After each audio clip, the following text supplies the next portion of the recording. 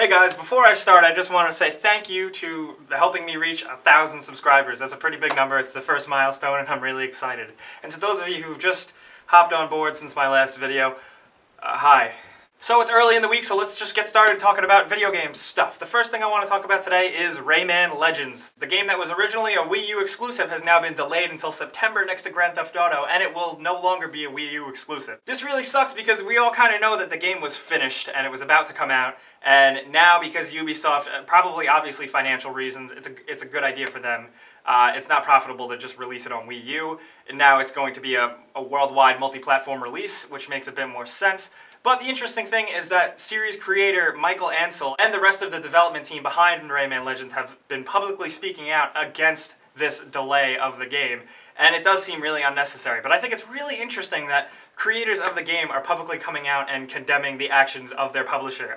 You don't usually see that, and I think it's very interesting that this is going down. I mean, it really sucks, and it was kind of like Ubisoft giving a big screw you to Nintendo and showing their distrust in the Wii U.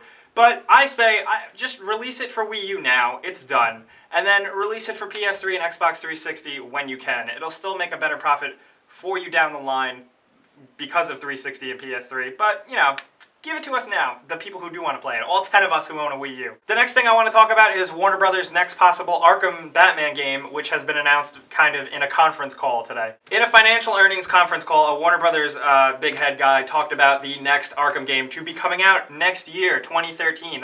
Well, this year, 2013, by the end of 2013, which is kind of crazy if you think about it. And later on today, a rumor came out that Rocksteady will not be involved in this game, which is very interesting. That's what I want to know. What do you guys think about that? Do you think this could mean that it is going to be the rumored Silver Age prequel type game that was talked about a while ago, or is this going to be a spin-off? I don't really know where they can take the Arkham story, but I like it, so who knows? And the biggest thing I want to talk about today are reviews for Aliens Colonial Marines. The review embargo is up, the reviews are out, and they are mostly very scathing. Aliens Colonial Marines is currently teetering very low at the scale on Metacritic, and you know, there's about 2 positive reviews, and one of them is from Electronic Gaming Monthly. Seems like he didn't really play the game, but I'm not to judge because I haven't really played much of the game yet, and I'm going to save my judgment for probably another outlet or another time. But for now, let's talk about what this means for Gearbox Software and Sega and stuff like that.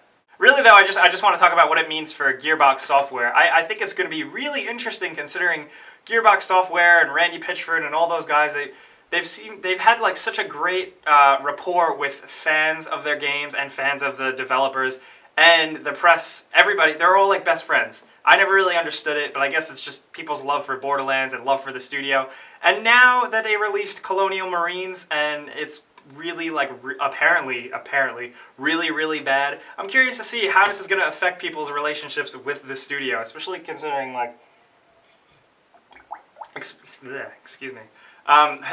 Especially considering the fact that this game has been being made for such a long time. I really think that Gearbox is the type of studio that will come out in a couple months and say something about this game. Like, what happened? Like, what is the deal? What happened with Colonial Marines? I'm really curious to see how this pans out. This is kind of like crazy, you know? I just think it's a shame because Aliens kind of shaped the way movies and a lot of video games kind of are, just like the conventions of them. And now for the latest Aliens game to just apparently be so terrible and just like shitting on the franchise and the movie theories. So I don't know. Like I said, I still am waiting to play it. I just started. I can't really make a judgment on it yet, but we will see soon. So as usual, I'm going to turn the conversation table around to you guys. I want to know what you think about Aliens Colonial Marines and the relationship fans and Gearbox are now going to have. Do you think it's going to be tarnished? Do you think I'm stupid and that's a dumb idea? Do you think everything is fine? I don't know. And also, what do you guys think the next Arkham game is going to be about or like? Do you think it's going to go back to the Silver Age? Do you think it's going to continue? I really think they could go an interesting route about Batman's character and how he feels about the death of the Joker. Spoiler. I really think that was like a very interesting story beat for them to take. And I would really like to see them elaborate on that in the next game, but we will see. And also, do you care about Rayman Legends? Am I the only person? I think they're awesome games, and I really, really wish I could have played this month, and now I gotta wait until September. I think that's goddamn ridiculous. So let me know what you think of that in the comments, and of course, if you like listening to me talk about video games and stuff like that, you can subscribe, because video games.